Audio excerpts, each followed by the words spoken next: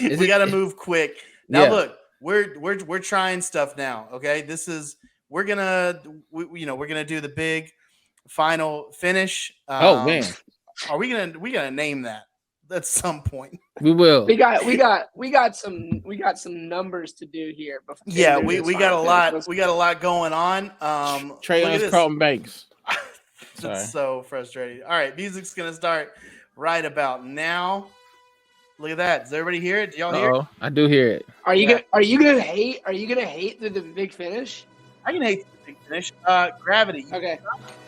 I tripped in my yard the other day while I was carrying groceries. I ripped my favorite sweatpants. I broke all of the eggs. I'm just saying, Gravity, you don't have to pull all the time in every situation. Like, I appreciate your consistency, but at the same time, like, you didn't need have gravity, to do bro. That. You would not have the willpower to not to float back. You would just did float not to have to do that to me in front of my neighbors. It was slippery. Were they young neighbors? Groceries went flying. For the young neighbors? Yes, and they I know it was a bad fall because they didn't say anything. No. Oh, you hit the ground. Oh, I hit the ground. I had an armful of groceries on each side. I caught my foot on some edgy material. All the bags went flying. I picked up the edgy material and flung it as far as I could.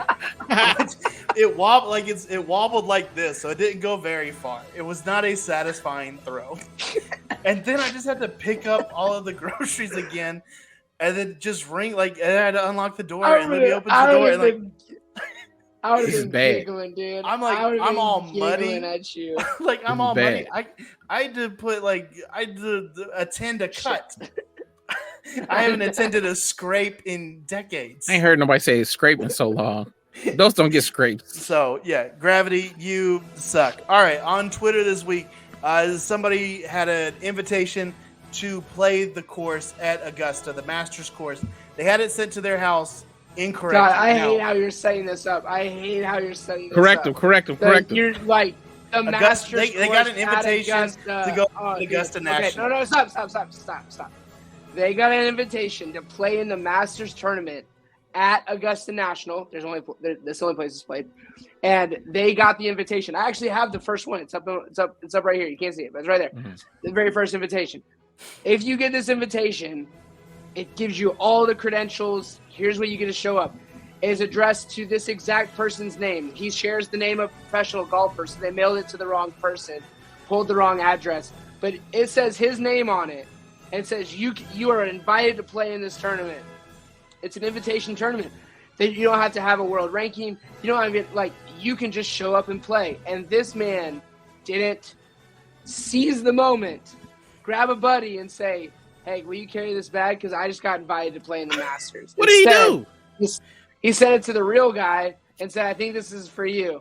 Pass. Yeah. This person's terrible. Pass. Yeah, you missed your moment in life. You'll never have a greater moment in your life than that moment right there, and you shipped it off. Here's the thing: I don't even play golf, and I would be like, "What an honor!" Yeah. Would you ask me to be your caddy? No, I don't like the optics. Hey, good answer. That was a trick question. I'd ask Dan for his robot caddy. Dang, you learned that was a trick question. You answered correctly. Had me out there looking like Bag of Vans. Get out of here.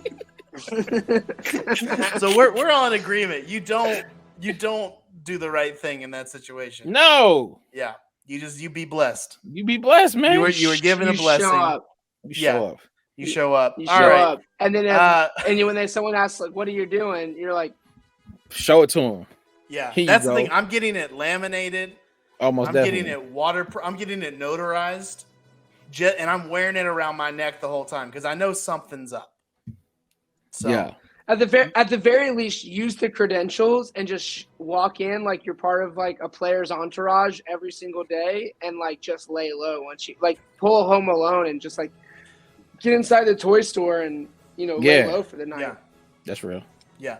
Next topic. All right. So a lot of people have issues with the NIL and how it's affecting recruiting. LSU took a different approach allegedly, and there have been rumors that coaches and players are having sex parties. NIL stands for naked in the living room. What's up? and their wide receiver Butte was the player dismissed from the team or dismissed, declared for the draft, after a day after he said, "I'm coming back for my senior year," he was then shown the door because he attended said Butte party. Yeah, I love how they said LSU asked him to declare for the draft. Like they're just like, we're being really nice to this guy for no reason at all. So why is it his fault? Did he organize the sex party? He was the one player that has been like named in attendance to. He's not the only one. Yeah, maybe he started the group chat. I don't know. Maybe he's the only android in that group chat, and they were like, throwing him under the bus. We can find this green one. This green bubble got to go. He's the green bubble. I just want to hear. Green bubble. I just think it's so funny because Brian Kelly kept the fake Southern accent during the parties. Wait, who are they alleging is there? Coaches? So I heard it was like some coaches. I'm now alleging Brian Kelly for fun. Yeah, it was allegedly organized by like one of the recruiting like women who's like previously known to have done these types of things. Probably for the current Auburn quarterback or coach. Hugh Freeze. He's a transfer from Louisville. Yeah. So anyway, it was her, Butte. Oh, the wide receivers coach, who apparently is going to be dismissed. We don't know this as a fact. We're alleging. We're not surprised by this though, right? No. Okay, because I'm gonna say, didn't we all see he got game? Nate, I know you haven't. It's a black movie. I know you haven't seen it. Dan, maybe you have. You seen he got game? Yeah, no, I've seen it. I know you have, Dan, because you actually care about black people. Real allies watching black things. Nate, you still owe us episodes of Martin, and our listeners know. All right, but yeah, anyway, I always remember that scene. He got game. I was like, oh, that's how they recruiting. Okay, bet. Next topic: Bleacher Report did a top 10 NBA players of all time, and we don't have to go through it all because it's we've had this discussion. Kobe's not on it. Kobe's not on the list. How do we feel about that? Agree? Disagree? I'm okay with it, man. I'm okay with it, and I know it sucks. And the reason why I'm saying it, I love Kobe, but the reason I'm saying it is because like we already got one in the top 10. It's like the 2.0 is not beating the original, the OG version. You know what I'm saying? Like, who you taking off? I guess is the question. We got Jordan. Kobe's the 2.0. We got the original version. Like, unless he did something that's better than the original version, I can't see why you move somebody else off who's probably the original version of what they did. Like, who you taking off? I don't know. I mean, so the top 10, you go 10-1, Curry, Wilt, Russell, Duncan, Shaq, Bird, Magic, Kareem, LeBron, Jordan. Can't take nobody off. Robinson. Who? David Robinson's on there? David Robinson. No, Tim Duncan. Tim Duncan? Oh, Tim Duncan's on. I thought Robinson. I thought you said Robinson. Yeah. Can't take nobody off. I think you can make an argument that Kobe deserves to be in there over Curry right now. I think Curry will end up a top 10 player. Nah. But they do something. Curry's once in like change the game. You know what I mean? In the same Curry's way that once in a like all time. Like he's not even once in a generation. Like there's not gonna be another Steph Curry. No one's done that or will do that in the near future at that level.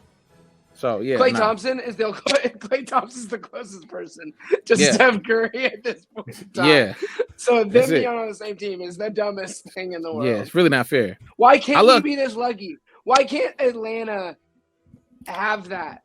Because ownership wants to stay below the luxury tax. That's exactly what it is. Ownership cares more about money than winning. Yeah.